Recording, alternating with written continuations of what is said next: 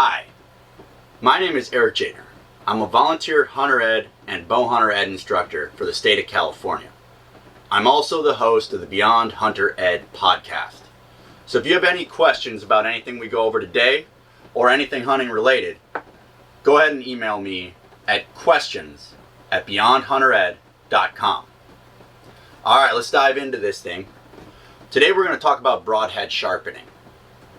Recently we had the not so basic basics of bow hunting, where I discussed basically the physiological way that an arrow kills an animal, as well as the things that you can do to make your arrow more lethal in the field.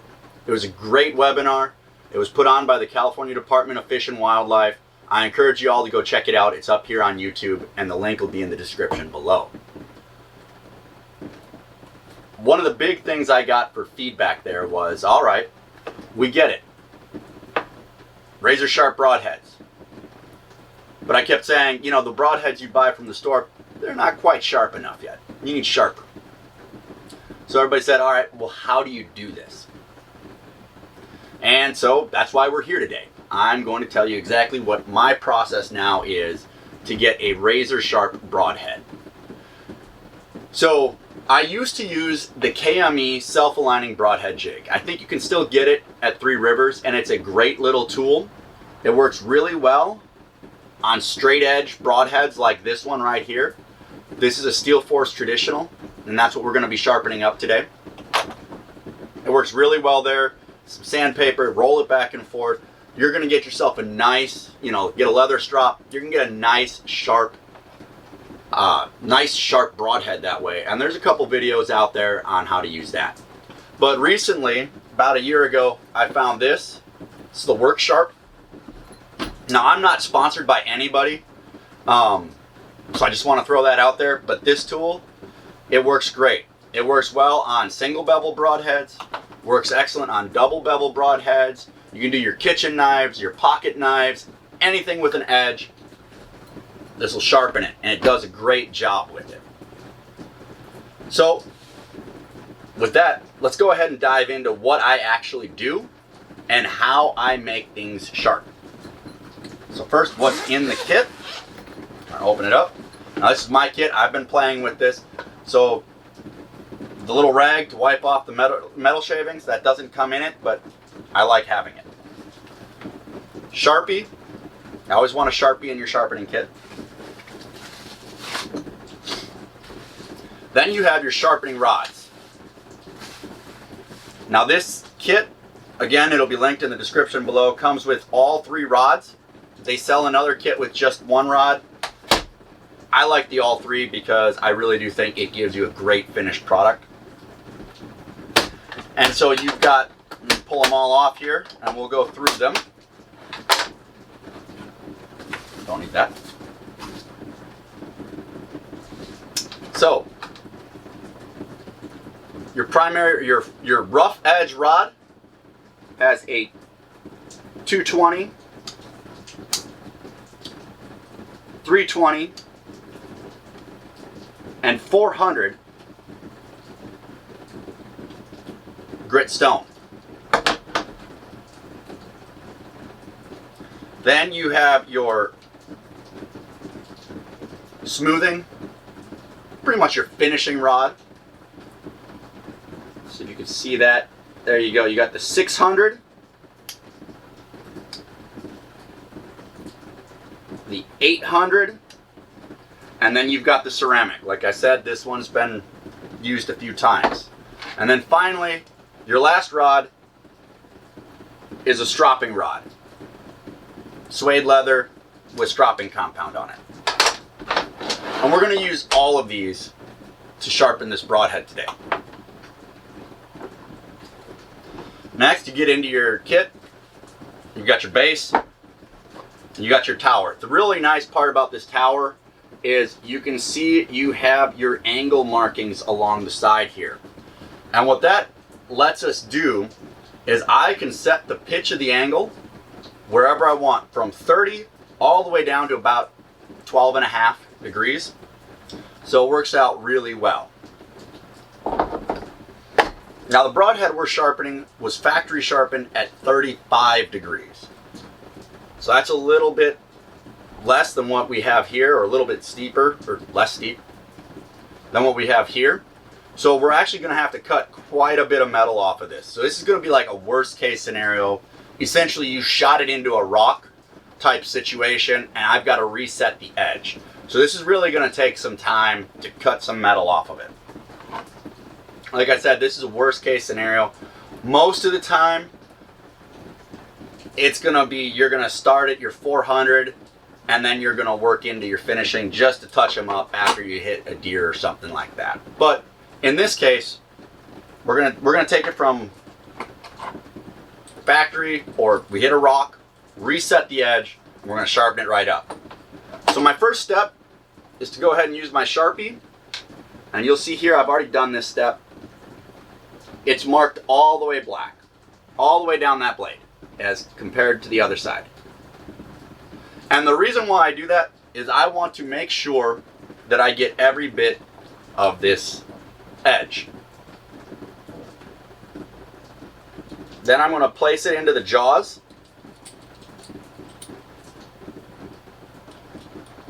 Now I'm particular with this. I always want, let me tighten it up and I'll show you.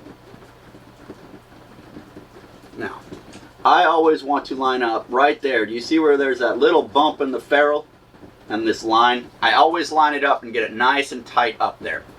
It just gives me a very consistent sharpening every time I do it. I don't need this anymore. Oh, the only other thing I keep in here, scraps of paper, and this will be for us to test when we're done to make sure we're actually sharp.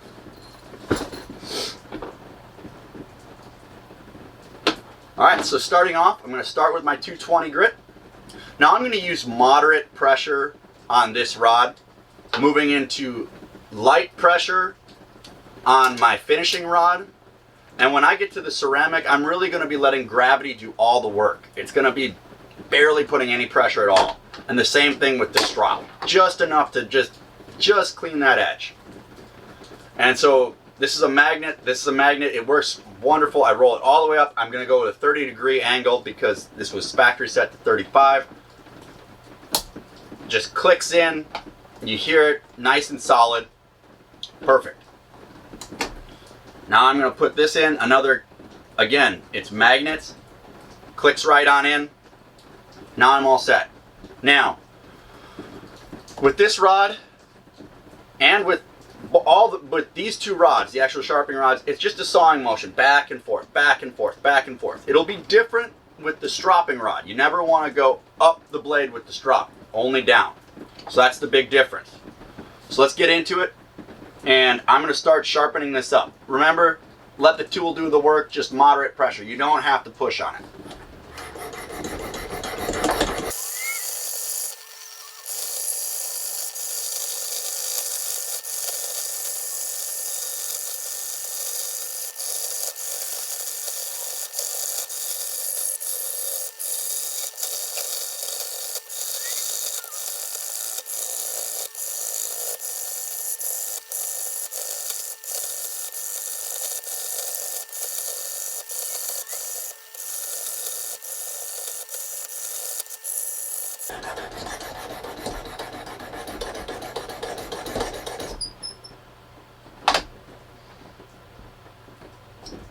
Alright, fast forward 10 minutes, and there you have it. We'll use that to compare.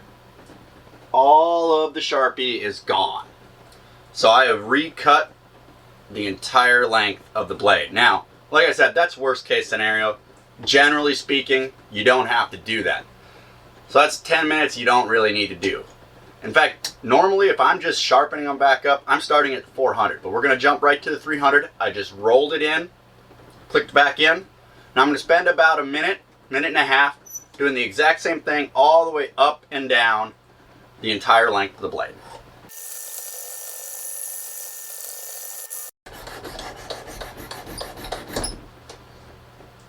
Alright, I've done my 320.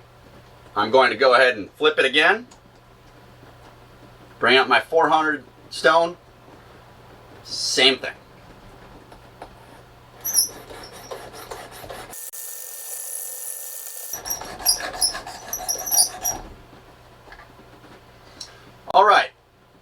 I'm going to disconnect the rough rod. That has set my blade. Everything is set up for me now. Now I can go ahead and start sharpening. So I'm going to jump over to the 600 stone. And using the 600 stone, when we get to this rod, we're going to have one extra step, and that is really where the work sharp is really going to shine. So same thing, spend about a minute going up and down the blade.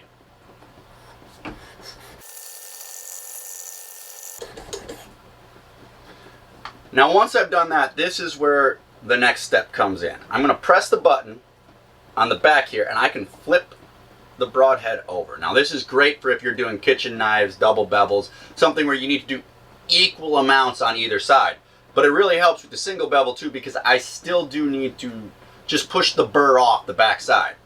So a double bevel, for those of you who don't know, is basically like it's sharpened equally on both sides. Single bevel is like this, flat on one side, and then you sharpen just this side. Now technically we're supposed to be flat, but I'm not going to go all the way flat. I actually have a mark on here. I want to avoid hitting the ferrule right there. So I'm going to roll this down. You'll notice on my tower I actually have a marking already, and that will get me just above that ferrule with the rod. And that's, honestly, that's close enough. Now with this, same thing, but very light, very, very light. I don't really want to sharpen this side. I just want to knock the burr off.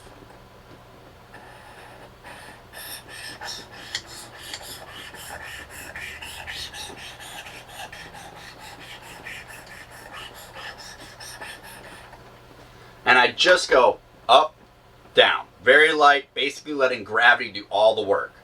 Then I'm going to roll this all the way back up to the 30-degree angle that I'm setting. Press my button, flip my broadhead, roll over to the 800 grit stone, and I'm going to do the same thing. Minute, minute and a half, back and forth.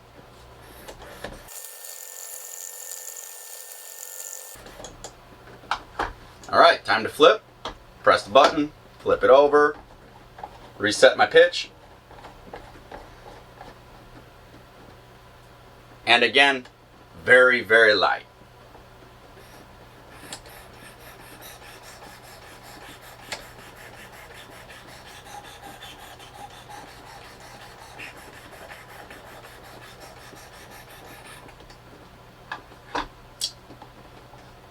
Reset my pitch.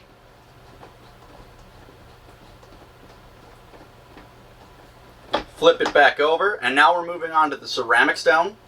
And at this point, we are really, really just letting gravity do the work. Basically resting it on there, sliding it up and down. Spend about a minute and a half doing this, and you're going to have a nice finished edge on here.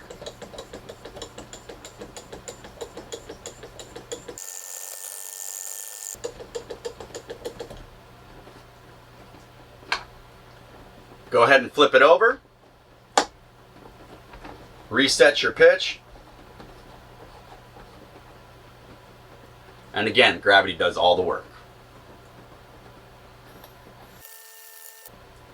Okay, I'm going to reset my pitch now, and now we're going to move on to the final step, which is going to be to strop and get any little bit of debris that there is on there off. So we just pop out this, bring up our stropping rod, and now remember, the big key here is we don't go back and forth, just down, just down.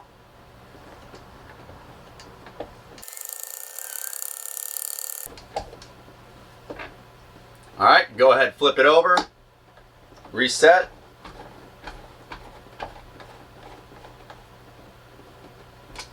And just down.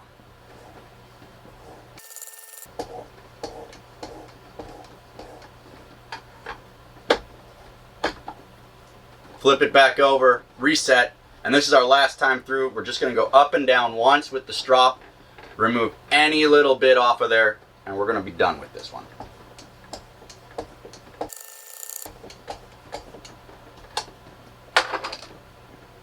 And there you have it.